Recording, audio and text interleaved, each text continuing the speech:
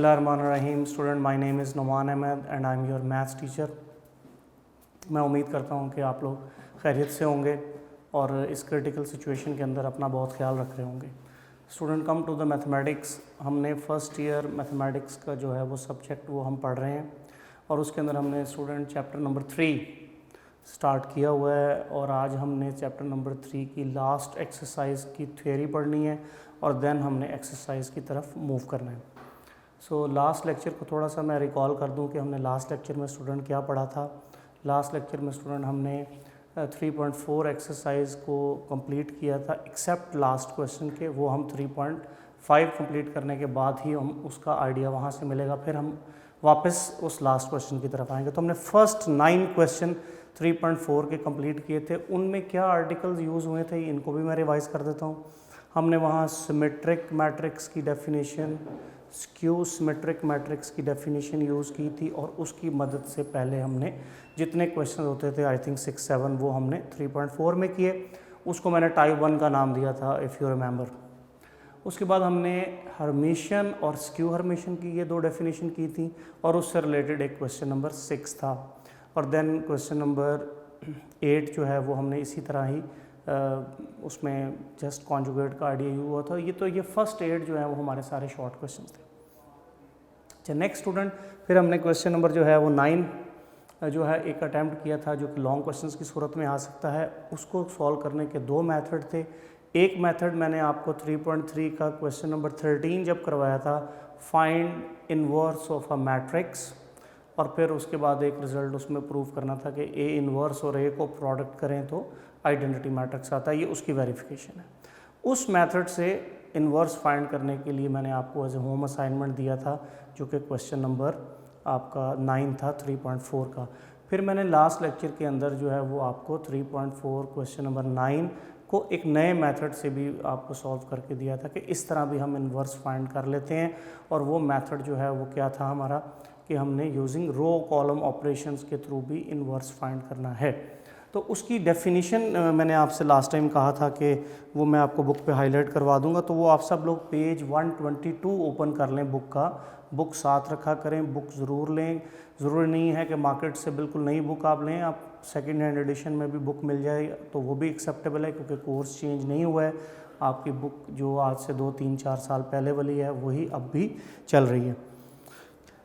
तो listen student, 122 page के बिल्कुल लास्ट पे अगर आप आ जाएं तो लेट, मैं रीड कर रहा हूँ, आप बुक सामने रखें। जितना हिस्सा मैं रीड करूँगा आपने उतने हिस्से को अंडरलाइन कर लेना है। वही वर्किंग रूल है वो रो और कॉलम ऑपरेशन से क्वेश्चंस को सॉल्व करने का। So let A be one, again I repeat, 122 page के बिल्कुल लास्ट के ऊपर आप देखें तो ये let capital A be a non singular matrix. ये पहली शर्त है कि मैट्रिक्स नॉन सिंगुलर होना चाहिए। आपके सिलेबस में जो 9 क्वेश्चन दिया है वो अंडरस्टूड है कि नॉन सिंगुलर मैट्रिक्स हैं, हमने डायरेक्ट उन पे मेथड अप्लाई कर दिया है। लेकिन इसमें अगर आप पहले चेक कर लें तो ये ज़्यादा बेहतर है। नॉन सिंगुलर का चेक कैसे होगा, आप उसका डिटर्मिनेंट लेंगे, नॉन ज़ीरो आना चाहिए तो नॉन सिंगुलर है, और फिर आप रो और कॉलम ऑपरेशन से उसको सॉल्व कर सकते हैं।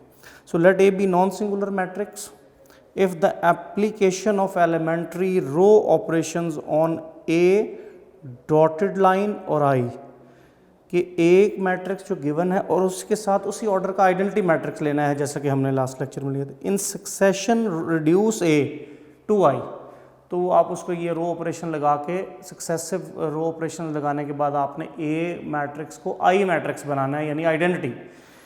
सो then the resulting matrix is I dotted line और ए इनवर्स। तो फिर जो वो आइडेंटिटी मैट्रिक्स जो पहले ए आई में था, यानी यहाँ पे जो लिखा हुआ था ऐसे लिखा हुआ है जो ए 3 डॉट और आई, जब आप इस पे रो ऑपरेशन लगाएंगे तो ए को आइडेंटिटी बनाना है और उस वक़्त जो आई होगा वो ए इनवर्स बन जाएगा। जब ए आइडेंटिटी मैट्रिक्स बनेगा तो आइडेंटिटी मैट्रिक्स जो है वो जिस शेप में शिफ्ट होगा उसको ए इनवर्स कहेंगे और ये हमारा आंसर होगा। Clear student? तो ये अंडरलाइन कर लें डेफिनेशन, तो इसको आपने इस पैटर्न पे फॉलो करना है। इसमें रो ऑपरेशन का जिक्र किया था। सिमिलरली जो इससे नीचे वाली 2 लाइंस हैं उसमें अगर आप सिर्फ कॉलम ऑपरेशन यूज़ करके इसको सॉल्व कर रहे होंगे तो फिर आप उसको इस पैटर्न पे लिखेंगे। ये उन्होंने लिखने का पैटर्न ये दे दिया है, ए डॉट और आइडेंटिटी, लेकिन आप इसको इसी तरह रहने दें। जब रो ऑपरेशन यूज़ होंगे तो यहाँ रो लिख दिया जाएगा, जब कॉलम ऑपरेशन यूज़ होंगे तो यहाँ पे कॉलम लिख दिया जाएगा, तो ये आइडेंटिटी बन जाएगा और फिर आइडेंटिटी ए इन्वर्स बन जाएगा। ए मैट्रिक्स आइडेंटिटी बनना चाहिए, जो ऑपरेशन आइडेंटिटी बनाने के लिए लगाएंगे वही आइडेंटिटी पे लगाना है, तो आइडेंटिटी ए इन्वर्स बन जाएगा। ये कॉलम ऑपरेशन यूज़ करके ये नोटेशन है लिखने की, ये रो ऑपरेशन यूज़ करके नोटेशन है। ऑब्जेक्टिव वगैरह में ये नोटेशन वगैरह आ सकती है कि इससे हम इन्वर्स फाइंड करते हैं। तो ये आप देख लें डेफिनेशन, और इससे रिलेटेड आपको एक्सरसाइज में 9 क्वेश्चन मैंने करवाया था और उससे रिलेटेड एग्जांपल भी बताई थी। तो ये तो हमारा था लास्ट लेक्चर। आज जो हमने क्वेश्चन स्टार्ट करने हैं, जो थ्योरी स्टार्ट करनी है वो 3.5 एक्सरसाइज के लिए स्टूडेंट। ये वेरी इंपॉर्टेंट लॉन्ग क्वेश्चंस के लिए एक्सरसाइज है। थ्रू आउट द जो एक्सरसाइज में क्वेश्चंस हैं वो सारे लॉन्ग क्वेश्चंस हैं। Most of the time papers में जो फर्स्ट 3 क्वेश्चन हैं वो एग्ज़ाम्स में जो है वह लॉन्ग क्वेश्चंस पूछे जाते हैं। जो ज़्यादा पेपर में लॉन्ग क्वेश्चंस पूछने की रेशो है वो या 3.5 से है या 3.3 से है, इसलिए 3.3 और 3.5 ये दोनों एक्सरसाइजेस चैप्टर 3 में लॉन्ग क्वेश्चंस के लिए ज़्यादा इंपॉर्टेंट है। ओके स्टूडेंट, अब हम ये देख लेते हैं कि जो आपको 3.5 एक्सरसाइज करने के लिए किन बातों का पता होना चाहिए, कौन से कॉन्सेप्ट ज़रूरी हैं 3.5 एक्सरसाइज करने के लिए। तो स्टूडेंट 3.5 एक्सरसाइज में सबसे पहली जो डेफिनेशन है वो मैं आपको इन शॉर्ट बता रहा हूँ, बुक के ऊपर हाईलाइट भी कर लीजिएगा। हम स्टूडेंट चैप्टर नंबर 3 कर रहे हैं, चैप्टर नंबर 3, और हमने आज 3.5 एक्सरसाइज स्टार्ट करनी है। और इसमें जो स्टूडेंट फर्स्ट डेफिनेशन जो यूज़ हो रही है वो मैं आपको स्टूडेंट एक्सप्लेन कर रहा हूँ। उसका नाम है system of non homogeneous.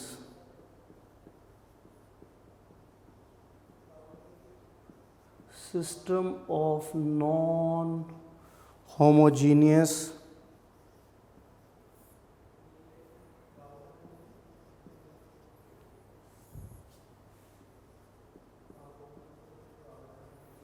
system of non-homogeneous linear equations।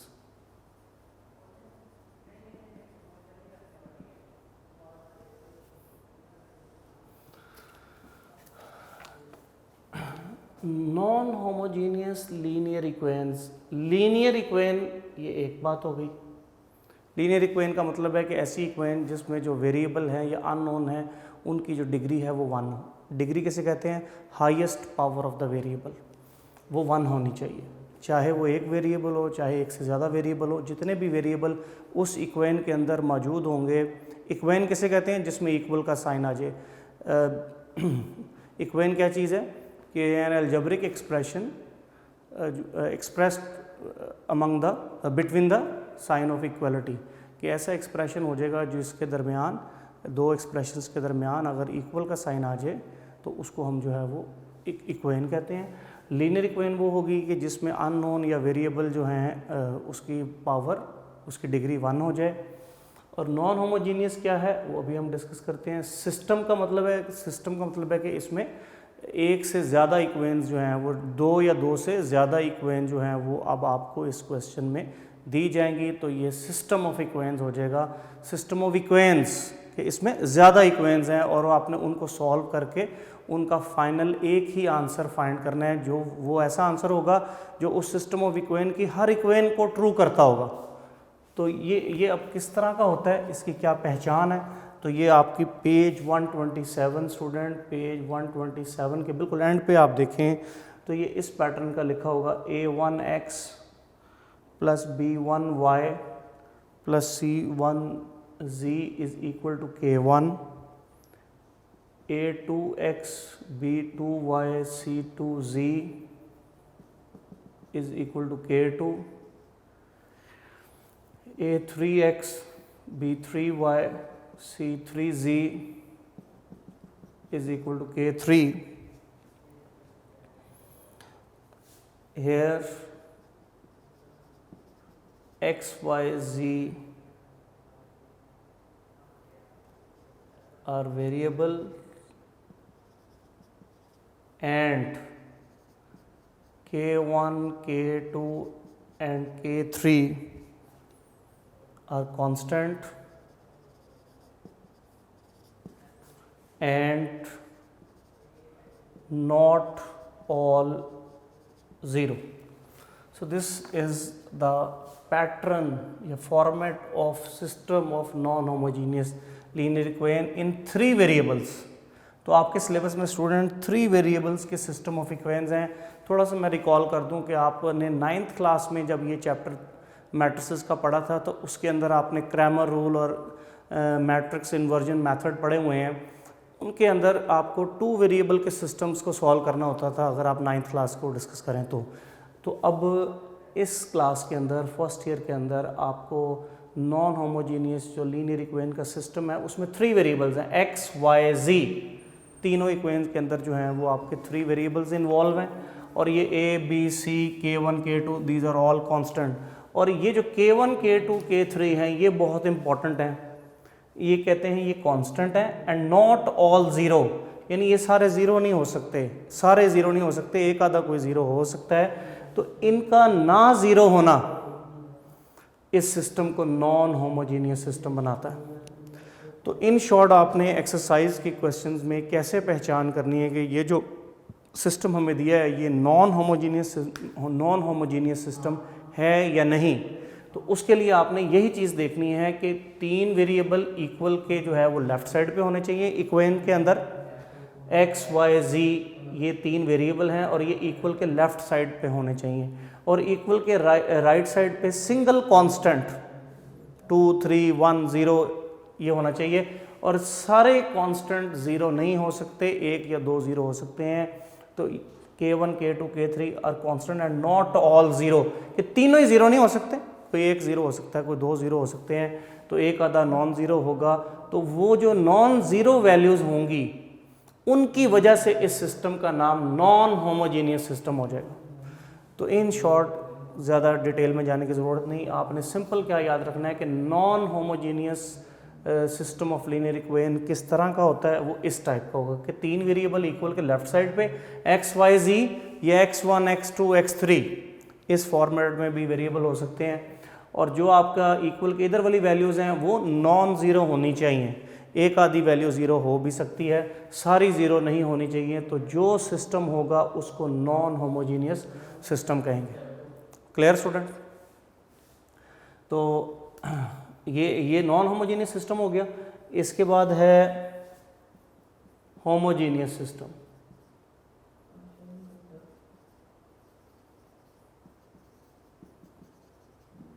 Homogeneous system में स्टूडेंट ये K1 भी 0 होगा, K2 भी 0 होगा, K3 भी 0 होगा. यानी लेफ्ट साइड तो बिल्कुल ऐसी ही रहेगी बट जो इक्वल इधर कांस्टेंट वाली जो साइड है वो 0, तीनों ही 0 होने चाहिए. यानी लेफ्ट साइड वही रहेगी, इधर भी 0, इधर भी 0, इधर भी 0, तीनों 0 होंगी लीनियर इक्वेशन के अंदर. अगर इक्वल के इधर वाले जो कांस्टेंट हैं वो तीनों 0 होंगे तो उस सिस्टम को हम homogeneous system of linear equations कहेंगे. तो 3.5 एक्सरसाइज में स्टूडेंट आपको non homogeneous system of equation भी मिलेगा, होमोजीनियस सिस्टम ऑफ इक्वेशन भी मिलेगा. दोनों में फ़र्क क्या है कि नॉन होमोजीनियस सिस्टम में इक्वल के जो इधर कांस्टेंट्स हैं वो not all 0, on the other hand homogeneous system में जो कांस्टेंट है वो ऑल 0, वो सारे 0 होंगे तो होमोजीनियस. और अगर सारे 0 नहीं होंगे इक्वल के राइट साइड पे तो वो नॉन होमोजीनियस सिस्टम. सिर्फ इस बात से आप एक्सरसाइज के क्वेश्चंस को पहचान कर लेंगे कि ये नॉन होमोजीनियस सिस्टम में क्वेश्चन दिया है या होमोजीनियस सिस्टम में क्वेश्चन दिया है. Clear student? अब जब हम सिस्टम को पहचान कर लेंगे तो हमारा नेक्स्ट स्टेप क्या है स्टूडेंट? जब हम सिस्टम को पहचान कर लेंगे तो हमारा नेक्स्ट स्टेप है कि हमने इसको सॉल्व करना है, हमने इस सिस्टम को सॉल्व करना है, यानी हमने इसका सोल्यूशन फाइंड करना है, हमने इसका सोल्यूशन फाइंड करना है। अब सोल्यूशन फाइंड करने के लिए मुख्तलिफ मेथड्स हैं, वो मैं अभी आपको एक्सप्लेन करूँगा। तो हमारा नेक्स्ट स्टेप होगा इन दोनों को आइडेंटिफाई करने के बाद हमने इसको कैसे फाइंड करना है, how to find the solution, how to find the solution. Clear? अच्छा, जब हम सोल्यूशन फाइंड कर लेंगे, जब हम सोल्यूशन फाइंड कर लेंगे तो उसके बाद दो तरह के रिजल्ट्स होते हैं। अच्छा, सम क्वेश्चंस में सोल्यूशन फाइंड हो जाता है, सम में सोल्यूशन फाइंड नहीं होता। ये कैसा, कब होगा ऐसा, वो अब हम आगे डिस्कस करते हैं। अच्छा, जब सोल्यूशन फाइंड हो जाएगा, ठीक है, solution exist, solution exist, solution का मतलब है कि आपने x की कोई वैल्यू फाइंड कर ली सपोज a, y की कोई वैल्यू फाइंड कर ली सपोज b, z की कोई वैल्यू फाइंड कर ली सपोज c। सोल्यूशन को सॉल्व किया तो इसमें जो x, y, z वेरिएबल थे हमने उनकी वैल्यूज फाइंड करनी है। बेसिकली सोल्यूशन फाइंड करने का मतलब है कि उस सिस्टम में जो x, y, z variable involve हुए हैं आपको उनकी वैल्यूज फाइंड करनी है। तो सपोज आपने, जब सोल्यूशन एग्जिस्ट का मतलब है कि आपने वो वैल्यूज फाइंड कर ली हैं, तो जब आप वैल्यूज फाइंड कर लेंगे तो वो सिस्टम जो है then system is called consistent system, then the system is called consistent system। Clear? फिर मैं आपको एक दफ़ा बता देता हूँ कि आपने 3.5 एक्सरसाइज में कैसे चलना है। स्टूडेंट अपना बिल्कुल फोकस जो है वो इस लेक्चर की तरफ रखें, ये बहुत इंपॉर्टेंट है। 3.5 एक्सरसाइज आपको लॉन्ग क्वेश्चन में हेल्प करेगी। मैं आपको क्लियर बता रहा हूँ कि बोर्ड एग्ज़ाम में जो पास्ट एक्सपीरियंस है हमारा, उसके मुताबिक 70% चांस लॉन्ग पार्ट जो आता है वो 3.5 से हैं, और पहले 3 क्वेश्चन बड़े इंपॉर्टेंट है। Clear student? इन्हीं में से ही ज़्यादातर 70% लॉन्ग पार्ट जो है वो 3.5 के पहले 3 क्वेश्चन में से आ चुका है बोर्ड एग्ज़ाम में, और आप समझ लेंगे बाकी 30% जो है वो 3.3 या किसी और एक्सरसाइज से कोई लॉन्ग पार्ट आता है। तो इसलिए ये बहुत इंपॉर्टेंट है। थोड़े लेंथी क्वेश्चंस भी हैं, इसलिए केयरफुली आपने इनको समझना है और पूरा फोकस आपने इस क्वेश्चन को समझने में लगाना है, इसके आर्टिकल को समझने में। रजिस्टर, अपने पेंसिल्स, अपनी बुक, यूनिक नोट्स ये अपने पास रखें, सामने पड़े हों। जो मैं पेज कहूँ उसको ओपन करें, जिस चीज़ को मैं अंडरलाइन करने के लिए कहूँ उसको अंडरलाइन करें, तो आपको ये फिर लेटर ऑन इससे काफ़ी फ़ायदा मिलेगा। मैं फिर रिपीट कर रहा हूँ स्टूडेंट, 3.5 एक्सरसाइज को स्टार्ट करने से पहले आपको क्या पता होना चाहिए, नॉन होमोजीनियस सिस्टम किस शक्ल का होता है, क्या उसका फॉर्मेट है। तो वो मैंने आपको बना के दे दिया कि इस पैटर्न का आपको इस एक्सरसाइज में मिलेगा कि एक लेफ़्ट साइड पर x, y, z या x1, x2, x3 3 अननोन की फॉर्मेट में इक्वेशन में वेरिएबल लिखे होंगे, फिर इक्वल का साइन होगा, और दूसरी तरफ सम कॉन्स्टेंट्स। और ये जो कांस्टेंट है अगर तो ज़ीरो नहीं होंगे सारे के सारे तो फिर ये नॉन होमोजीनियस सिस्टम होगा, और अगर ये सारे ज़ीरो होंगे तो ये होमोजीनियस सिस्टम होगा। क्लियर? और कोई इतनी डिटेल की ज़रूरत नहीं है। फिर जब आप पहचान कर लेंगे कि ये नॉन होमोजीनियस सिस्टम दिया हुआ है, ये ज़ीरो है, तो ये होमोजीनियस सिस्टम दिया हुआ है। क्लियर? तो जब आप पहचान कर लेंगे तो उसके बाद नेक्स्ट स्टेप क्या होगा कि अब आप इसका सोल्यूशन फाइंड करें। So how to find the solution of non-homogeneous system of equation और also homogeneous system of equation। तो suppose हमने solution find कर लिया, वो क्या तरीके हैं वो भी हम देखते हैं। तो suppose हमने solution find कर लिया तो solution exist कर गया। solution exist करने का मतलब है कि वो जो वेरिएबल उस सिस्टम में थे x, y, z उनका कोई ना कोई आंसर आ जाएगा। तो मैंने जनरली लेट्स सपोज x का आंसर a आ गया, y का आंसर b आ गया, z का आंसर c आ गया। तो तीनों के जब आंसर आ जाएंगे तो इसका मतलब है कि सोल्यूशन फाइंड हो गया। जब सोल्यूशन फाइंड हो जाएगा तो वो जो सिस्टम था नॉन होमोजीनियस या homogeneous, then the system is called consistent system. तो उस सिस्टम को हम कंसिस्टेंट सिस्टम कहेंगे, और otherwise inconsistent.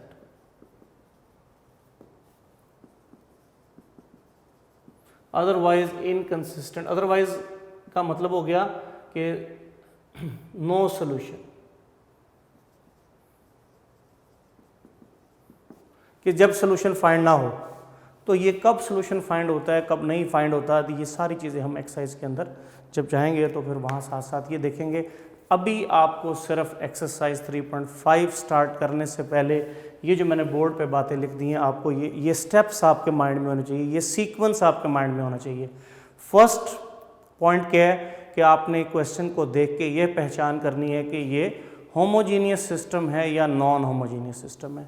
Non homogeneous system की पहचान इस फॉर्मेट से होगी कि इक्वल के इधर जो है वो सारे ज़ीरो नहीं होंगे। होमोजीनियस की पहचान होगी कि इक्वल के आपके लेफ्ट साइड पर सारी वैल्यू ज़ीरो होंगी और इधर सिर्फ वेरिएबल की टर्म्स होंगी x, y, z, इसके अलावा कोई इंडिविजुअल कांस्टेंट नहीं होना चाहिए। मतलब फॉर एग्जांपल मैं एक एग्जांपल लिखता हूँ, मतलब x1 plus x2 minus 3x3 plus 4 is equal to 0। और आपसे मैं पूछता हूँ कि ये जो इक्वेशन मैंने लिखी है क्या ये होमोजीनियस के पैटर्न में आती है या नॉन होमोजीनियस के पैटर्न में आती है? तो स्टूडेंट आप ये ज़ीरो इक्वल की इधर ज़ीरो देख के इसको होमोजीनियस नहीं कह देंगे। होमोजीनियस और नॉन होमोजीनियस में डिफरेंस मैंने क्या बताया है कि ये लेफ्ट साइड पे 3 वेरिएबल होने चाहिए, x, y, z, इसके अलावा और कोई टर्म एग्जिस्ट नहीं करनी चाहिए। x, y, z की 3 टर्म्स होनी चाहिए और उसके अलावा इक्वल और फिर इधर कांस्टेंट होना चाहिए दूसरी साइड पे। तो यहाँ x, x2, x3 ये 3 टर्म्स होने के अलावा 4 भी बड़ा है जो कि एक कांस्टेंट है, तो इसको दूसरी साइड पे होना चाहिए पैटर्न के मुताबिक। x1 plus x2 minus 3x3 ये उधर जाएगा तो माइनस 4 हो जाएगा। तो इक्वल के इधर k1 कोई प्रेजेंट है, कोई कांस्टेंट प्रेजेंट है ज़ीरो के अलावा, तो इसका मतलब है कि ये नॉन होमोजीनियस इक्वेशन है। तो ये कौन सी इक्वेशन है? नॉन होमोजीनियस इक्वेशन है। अगर x1, x2, x3 की 3 टर्म उधर होती और इधर सिर्फ 0 होता तो अब ये होमोजीनियस सिस्टम होता, अब ये होमोजीनियस इक्वेशन होती। और 3 या 2 इक्वेशंस होंगी तो फिर वो इस या इससे ज़्यादा होंगी तो वो सिस्टम ऑफ होमोजीनियस या नॉन होमोजीनियस इक्वेशन बन जाएगा। Clear student? तो ये आपने बहुत केयरफुल रहना है इस बात में कि ये होमोजीनियस सिस्टम ऑफ इक्वेशन दिया हुआ है या नॉन होमोजीनियस, ये पहला स्टेप है। दूसरा स्टेप स्टूडेंट क्या है कि हमने इसको सॉल्व करना है, उसके मेथड्स क्या हैं वो भी हम एक्सप्लेन करते हैं। और तीसरा स्टेप क्या है कि जब सॉल्व होगा तो कुछ क्वेश्चन का सोल्यूशन फाइंड हो जाएगा, कुछ का सोल्यूशन फाइंड नहीं होगा। जिनका सोल्यूशन फाइंड हो जाएगा, सोल्यूशन का मतलब है कि x, y, z की वैल्यूज फाइंड हो जाएंगी, उस सिस्टम को हम कंसिस्टेंट सिस्टम कहेंगे, कंसिस्टेंट सिस्टम।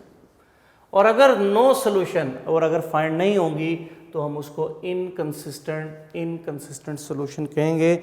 ये स्टूडेंट मैंने आपको 4 डेफिनेशन लिखवा दी हैं, बता दी हैं, उनका कॉन्सेप्ट समझा दिया है। अब आप ये बुक के ऊपर हाईलाइट कर लें।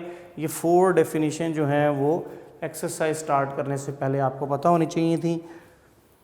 पेज 127 उसके नीचे बिल्कुल ये आपको जिसको रोमन गिनती में 2 कहा है, ये non homo 3 linear equations in 3 variables such as 127 page के एंड पे जहाँ ऐसे 2 लिखा हुआ है, ऐसे 2 लिखा हुआ है ना, उस सिस्टम ऊपर वाली line 3 linear equations in 3 variables such as this is called a system of non homogeneous linear equations in 3 variable x, y and z if constant terms k1, k2 and k3 are not all 0 full stop। तो ये तो हो गया जी system of non homogeneous equations. आगे कहता है कि इफ़ इन इक्वेशन नंबर, ये ऊपर 2 की बात कर रहा है, तो अब आप इसको इस तरह कर लेंगे कि if the system in which k1 is equal to 0, k2 is equal to 0, k3 is equal to 0, then this system is called system of homogeneous linear equation. इस तरह आपने ये 2 डेफिनेशन बना लेनी है। जैसा कि आगे भी उसने कह दिया, पेज 128 पे देखें, if in system 2 k1, k2, k3 are all 0 then it is said to be the system of homogeneous linear equation in x, y and z। ये 2 डेफिनेशन हो गई पहले स्टेप में। दूसरे स्टेप में आ जाएं, इसी 128 पेज के ऊपर ये जो मैंने बात आपको बताई है कंसिस्टेंट और इनकंसिस्टेंट की, ये पेज 128 है। पेज 128 के ऊपर 3rd लाइन के ऊपर ये डेफिनेशन लिखी है, वहाँ अंडरलाइन कर लें। A system of linear equation is said to be consistent if the system has a unique solution or it has infinitely many solution। तो ये क्या होते हैं, यूनिक सोल्यूशन क्या होता है, इन्फिनिटली मैनी सोल्यूशन क्या होता है, ये हम आगे लेटर डिस्कस करेंगे। तो अभी सिर्फ इतना समझ लें कि सोल्यूशन फाइंड हो गया अगर, तो इसका मतलब है कि ये आपका जो है वो होमोजीनियस सिस्टम जो है वो कहला रहा होगा। Clear? A system of linear equation is said to be consistent if the system has unique solution or it has infinitely many solution. Clear student? उसके बाद नीचे आते हैं वो inconsistent की. A system of linear equation is said to be inconsistent if the system has no solution.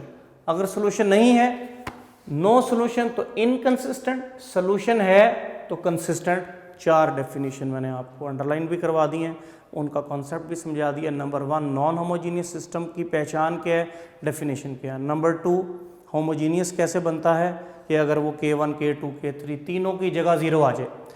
जब आप ये दोनों सिस्टम्स को आइडेंटिफाई करते हैं फिर टारगेट होता है इसका सोल्यूशन फाइंड करने का. सोल्यूशन जब फाइंड किया जाता है तो कुछ क्वेश्चन में सोल्यूशन फाइंड हो जाएगा, कुछ क्वेश्चन में सोल्यूशन फाइंड नहीं होगा.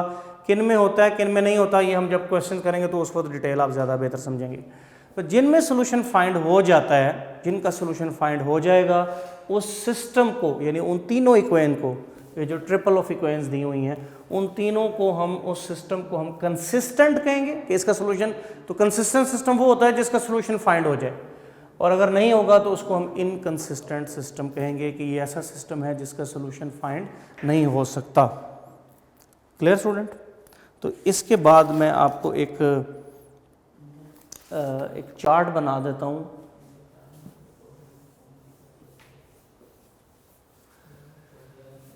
एक आपको मैं इसकी सारी एक समरी बना देता हूँ, एक चार्ट बना देता हूँ जिसको आप अगर चार्ट को समझ लेंगे, उसको देखेंगे तो आपको फ़ौरन बात समझ आ जाएगी कि क्या जो है वो डिटेल है इसकी. चार्ट ये है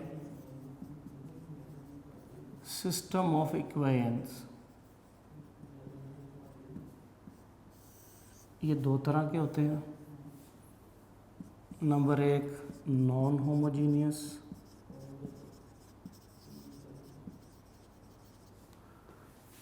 number 2 homogeneous. System of linear equations.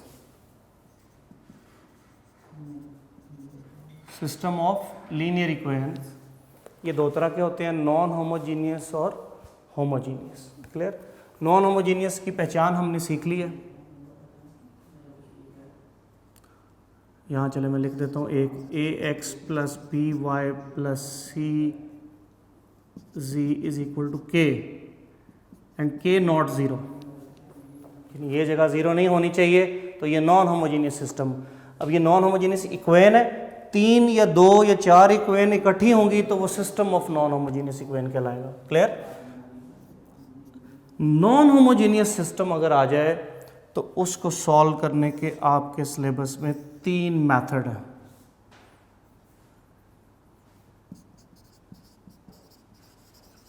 Methods 3 हैं, 1 2 3. जो फर्स्ट मेथड है उसका नाम है क्रैमर रूल.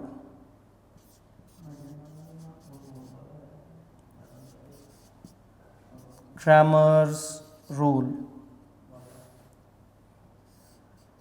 सेकंड मेथड जो है उसका नाम है यूजिंग मैट्रिसेस, जिसमें हम x = a इनवर्स b वाला मेथड यूज़ करते हैं. और थर्ड मेथड है एशेलॉन फॉर्म. एशेलॉन और रिड्यूस्ड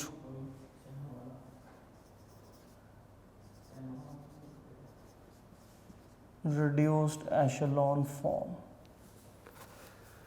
ये 3 मेथड हैं जिससे हम नॉन होमोजीनियस टाइप के सिस्टम को सॉल्व करते हैं. Clear student? ये 3 मेथड्स हैं. ओके. और होमोजीनियस जो है इसका जो मेथड है इसको सॉल्व करने का वो एक ही है और वो है एशेलॉन फॉर्म. एशेलॉन या रिड्यूस्ड एशेलॉन फॉर्म. स्टूडेंट मैं फिर रिपीट कर रहा हूँ कि सिस्टम ऑफ लीनियर इक्वेशंस 2 तरह के होते हैं, non homogeneous, homogeneous. Non homogeneous में ये के ज़ीरो नहीं होना चाहिए, और होमोजीनियस में के की जगह ज़ीरो हो सकता है, होना ही चाहिए डेफिनेटली।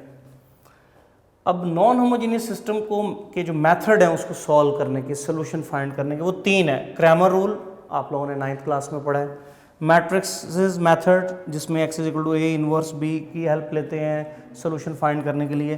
थर्ड है एशेलॉन और रिड्यूस एशेलॉन फॉर्म, और ये आप लोगों के लिए नया है, ये आप लोगों ने पहले नहीं सीखा, और इसको ही यानी इसको समझना बड़ा इम्पोर्टेंट है, और ये नया मेथड फर्स्ट ईयर में इंक्लूड किया गया। ये दो ऑलरेडी आप लोग 9th क्लास में जानते हैं।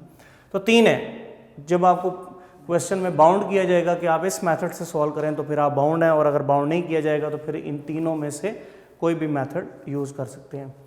और होमोजीनियस को सॉल्व करने का जो मेथड है वो एक ही है कि एशेलॉन या रिड्यूस एशेलॉन फॉर्म के अंदर जाके उसको सॉल्व करेंगे, ये उसको सॉल्व करने का सोल्यूशन है। ठीक है, सोल्यूशन मेथड है ये, सोल्यूशन मेथड। Clear student? फिर अब जब इनके सोल्यूशन फाइंड हो जाएंगे तो फिर हम कुछ सूरतों में सोल्यूशन फाइंड हो जाता है, कुछ सूरतों में सोल्यूशन फाइंड नहीं होता, तो फिर हम उनको कंसिस्टेंट, और जिनमें फाइंड हो जाए उनमें कंसिस्टेंट कह देंगे, जिनमें फाइंड ना हो उनमें हम उसको इनकंसिस्टेंट कह देंगे। तो ये चार्ट्स आप नोट कर लें, फिर क्वेश्चन के अंदर मज़ीद आपको डिटेल में हम देखेंगे कि किन में सोल्यूशन फाइंड हो रहा है तो हम उसको कंसिस्टेंट कह रहे हैं, क्या रीज़न है कि जिसमें सोल्यूशन फाइंड ना हो तो फिर हम उसको इनकंसिस्टेंट कह देंगे। यहाँ तक इसको ज़रा आप देख लें स्टूडेंट, नोट कर लें इस चार्ट को। Clear student? तो ये मैं आपको बुक के ऊपर भी बता देता हूँ कि बुक के ऊपर 132 पेज के बिल्कुल एंड पे ये आपको तीन मेथड मिल जाएंगे। नॉन होमोजेनियस सिस्टम को सॉल्व करने के तीन मेथड हैं, तो ये आपको वहाँ भी मिल जाएंगे। तो लेकिन इस तरह आप लिख लेंगे तो ज़्यादा आपके लिए बेहतर होगा। क्लियर? अच्छा, अब आप एक्सरसाइज पे आ जाएं 3.5। तो उसमें मैं आपको थोड़ा सा इसकी प्रैक्टिस करवा देता हूँ, और फिर हम जो है वो बाकी फिर इंशाल्लाह हम अपने नेक्स्ट लेक्चर में करेंगे। सो स्टूडेंट 3.5 एक्सरसाइज, उसमें हम देखते हैं कि जो हमने ये सीखा है कि नॉन होमोजीनियस सिस्टम और होमोजीनियस सिस्टम एक होता है, तो कितने क्वेश्चन 3.5 में हमारे नॉन होमोजीनियस के हैं और कितने क्वेश्चन हमारे पास होमोजीनियस के हैं। तो स्टूडेंट अगर आप क्वेश्चन नंबर 1 देखें, पेज 138, उसमें अगर आप क्वेश्चन नंबर 1 देखें तो उसका सिस्टम जो तीन पार्ट हैं उसमें देखें कि लेफ्ट साइड पे XYZ इक्वल और दूसरी तरफ 3, नेक्स्ट इक्वेशन में 1, नेक्स्ट इक्वेशन में 2, तो नॉन जीरो कांस्टेंट है। इसका मतलब है कि वो नॉन होमोजीनियस सिस्टम है। सेकंड पार्ट भी नॉन होमोजीनियस, थर्ड पार्ट भी नॉन होमोजीनियस। इसका मतलब क्वेश्चन नंबर 1 के जो तीन पार्ट हैं वो हमारे नॉन होमोजीनियस सिस्टम के क्वेश्चन है। बुक में या क्वेश्चन में नॉन होमोजीनियस नहीं लिखा हुआ, आपको खुद पहचान करनी है कि ये non homogeneous system of linear equation है। तो question number 1 non homogeneous linear equation का दिया हुआ है और वो हमें बाउंड कर रहा है कि इसको क्रैमर रूल से सॉल्व करें। क्वेश्चन नंबर 1 को हमें वो बाउंड कर रहा है कि आप इसको क्रैमर रूल से सॉल्व करें। क्वेश्चन नंबर 2 देखें, गौर करें, ये भी नॉन होमोजीनियस सिस्टम है। इक्वल के राइट साइड पर जो है वो कांस्टेंट के मौजूद हैं, एक्सेप्ट सेकंड पार्ट में एक ज़ीरो है तो एक ज़ीरो हो सकता है, सारे ज़ीरो नहीं हो सकते। नॉन होमोजीनियस में ये बाउंडनेस है। तो ये जो क्वेश्चन नंबर 2 के तीनों पार्ट हैं ये भी नॉन होमोजीनियस सिस्टम है। जो क्वेश्चन नंबर 2 का थर्ड पार्ट है इसमें आपको 2 वेरिएबल नज़र आ रहे हैं, लेकिन x, y और z भी है। तो किसी एक इक्वेशन में भी z हो गया तो वो तीनों वेरिएबल ही हर इक्वेशन में काउंट किए जाएंगे। जहाँ जो मिसिंग होगा वो ज़ीरो के साथ वहाँ पे ऐड कर लिया खुद जाएगा। तो क्वेश्चन नंबर 2 भी आपका नॉन होमोजीनियस सिस्टम का है और उसको वो यूज़ मैट्रिसेस, तो यूजिंग मैट्रिसेस यानी इस वे से सॉल्व करने के लिए कहा जा रहा है क्वेश्चन नंबर 2 के अंदर। और क्वेश्चन नंबर 3 को देखें, उसमें भी इक्वल के इधर कांस्टेंट नॉन जीरो है तो वो भी हमारा नॉन होमोजीनियस सिस्टम है। और उसकी स्टेटमेंट अगर आप पढ़ें तो solve the following system by reducing their augmented matrices to echelon form और द रिड्यूस एशेलॉन फॉर्म, यानी जो क्वेश्चन नंबर 3 है वो आपको एशेलॉन और रिड्यूस एशेलॉन फॉर्म के मेथड से सॉल्व करना है। तो फर्स्ट 3 क्वेश्चन जो हैं वो हमारे नॉन होमोजीनियस में आते हैं, और वो ये जो 3 मेथड आपको बताएं इनको सॉल्व करने के, तीनों मेथड से एक एक क्वेश्चन को सॉल्व करने के लिए कहा जाता है। और बोर्ड एग्जाम में ये फर्स्ट 3 क्वेश्चन ही सबसे ज़्यादा इंपॉर्टेंट हैं। इनमें से ही बोर्ड एग्जाम में सबसे ज़्यादा लॉन्ग क्वेश्चन आए हैं, ख़ास तौर पे क्वेश्चन नंबर 1 और 2।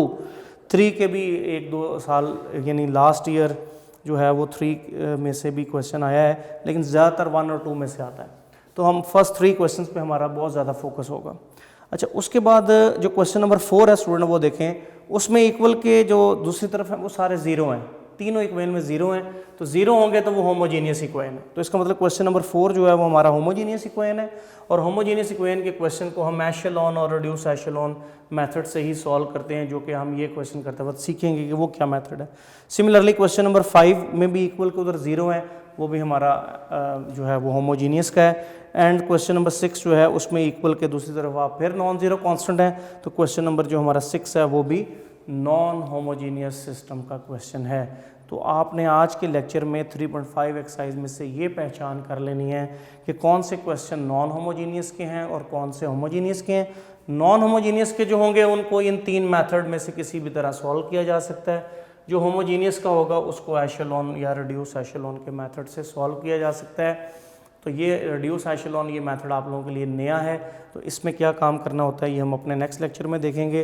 तो नेक्स्ट लेक्चर में स्टूडेंट हम इंशाल्लाह 3.5 एक्सरसाइज क्वेश्चन नंबर 1 से स्टार्ट करेंगे, क्रैमर रूल, फिर मैट्रिक्स इन्वर्जन मेथड, और देन हम एशेलॉन पे आएंगे। फर्स्ट 2 क्वेश्चन हम इन 2 मेथड से डिस्कस करेंगे। तो इंशाल्लाह नेक्स्ट लेक्चर में मुलाकात होगी। अपना बहुत ख्याल रखिएगा। अल्लाह हाफ़िज़।